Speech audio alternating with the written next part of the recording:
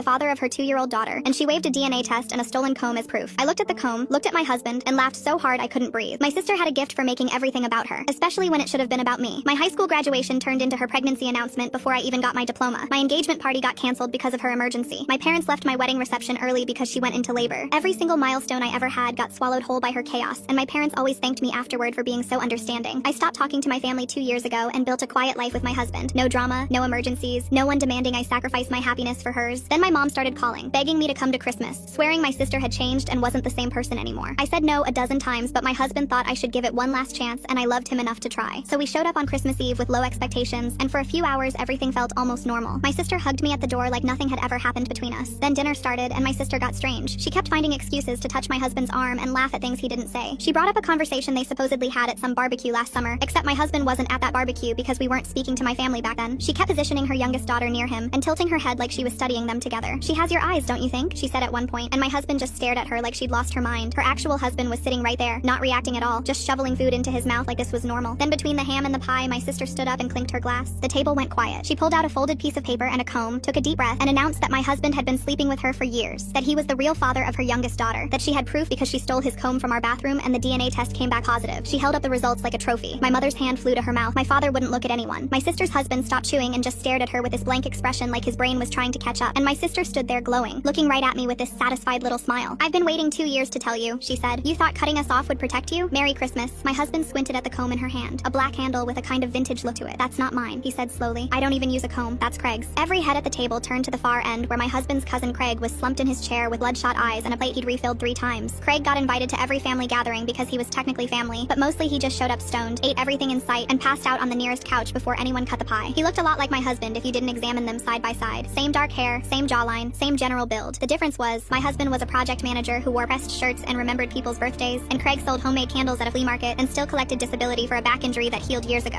They could pass for brothers in bad lighting, but only one of them had ever held down a real job. My sister's face went through about 15 emotions in 2 seconds as her eyes darted between my husband and Craig, comparing them, finally seeing what she'd somehow missed for years. Then the color drained out of her completely. She hadn't been sleeping with my husband at all. She'd been sneaking around with Craig this whole time and was too stupid to realize they were different people. All that scheming, and she couldn't even tell 2 cousins apart. Her big triumphant DNA test didn't prove what she thought it proved. It proved Craig was the father, and she'd just announced this to the entire family, including her own husband. "Wait," he said, his voice cracking. "You cheated on me." He pointed at Craig, who was squinting around like he'd just woken up from a nap. With him, Craig blinked a few times and mumbled, "Yo, what's happening right now?" My sister burst into panicked tears, the kind where you realize you just detonated your entire life and there's no taking it back. Her husband walked out without another word. My mom started screaming at me like I'd somehow orchestrated the whole thing. I grabbed my coat, looked at my parents, and said, "Thanks for inviting me." Then I walked out into the snow with my husband and didn't stop laughing until we hit the highway.